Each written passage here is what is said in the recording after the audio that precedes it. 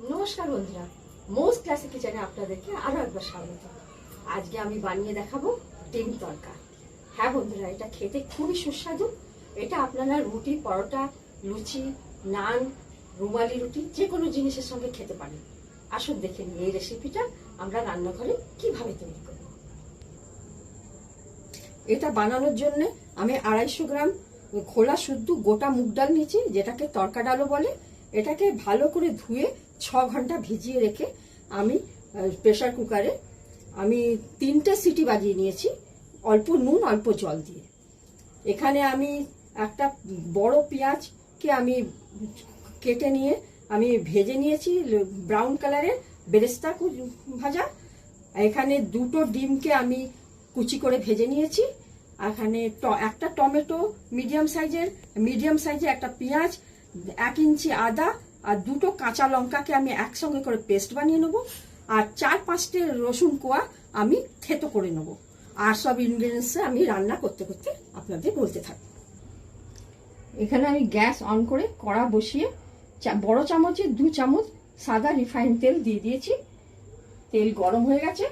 এর মধ্যে আমি একটা শুকনো লঙ্কা, 2টো তেজপাতা আর অল্প গোটা জিরে ফোড়নে দিচ্ছি। আর থেতো করা রসুন আমি এর মধ্যে দিয়ে দেব।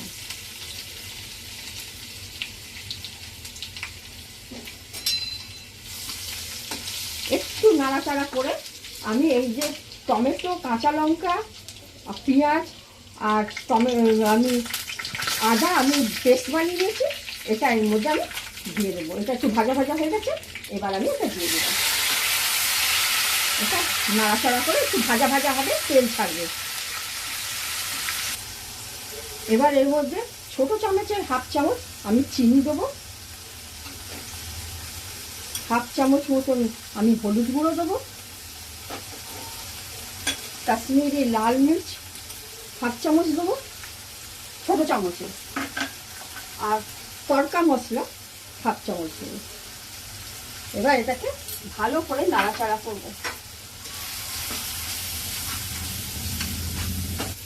দেখুন মশলাটা ভাজা ভাজা হয়ে গেছে, মশলা থেকে তেল ছেড়েছে। এবার এর মধ্যে আমি এই তড়কা ডালটা আমি দিয়ে দেবো। এটাকে ভালো করে নাড়াচাড়া করে নেব। দেখুন নাড়াচাড়া করে নিয়েছি। এর মধ্যে একটুখানি আমি নুন দেবো স্বাদ মতন। যেহেতু আমি নুন সেদ্ধ করার সময় অল্প দিয়েছিলাম, এই জন্য বুঝে একটু নুনটা দেবে। আর যে সিটি বাজাবার সময় যেটা আমার জলটা দিয়ে সেদ্ধ করেছেন, যে বেঁচেছে জলটা এর মধ্যে দিয়ে দিলাম। আবারও নাড়াচাড়া করে নেবো ভালো করে, কিছুক্ষণ হতে দেবো। দেখুন এটা হয়ে এসেছে। এবার এর মধ্যে আমি ডিম কুচি ছড়িয়ে দেবো। আর বেরেস্তা ভেজে রেখেছিলাম ওটা দিয়ে দেবো। আর চেরা কাঁচা লঙ্কা 2টো দিয়ে, আর কাসুরি মেথি হাতে একটু ক্রাশ করে এর মধ্যে দিয়ে দেবো। দিয়ে নাড়াচাড়া করে আমি ঢাকা বন্ধ করে গ্যাস অফ করে 5 মিনিট দমে রাখবো। তারপরে আমি সার্ভ করব।